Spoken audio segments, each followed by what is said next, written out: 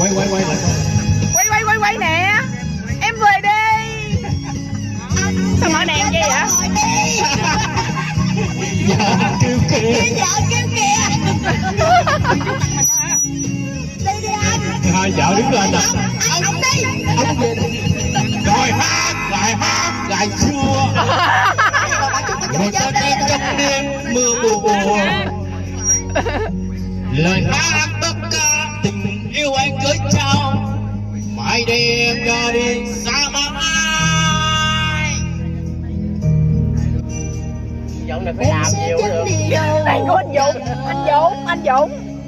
Ta bên nhau yêu mãi muôn đời. Trời ơi dám yêu hả? Út Liệt ơi. Dù bao xanh đô giấc chân đời sao đôi nghiêng môi Em đừng đi. Anh chờ em. bả đến kìa chia tình ta Nên trời ơi. duyên lỡ là anh phải đi Anh chờ em. không mà chưa chia tình ta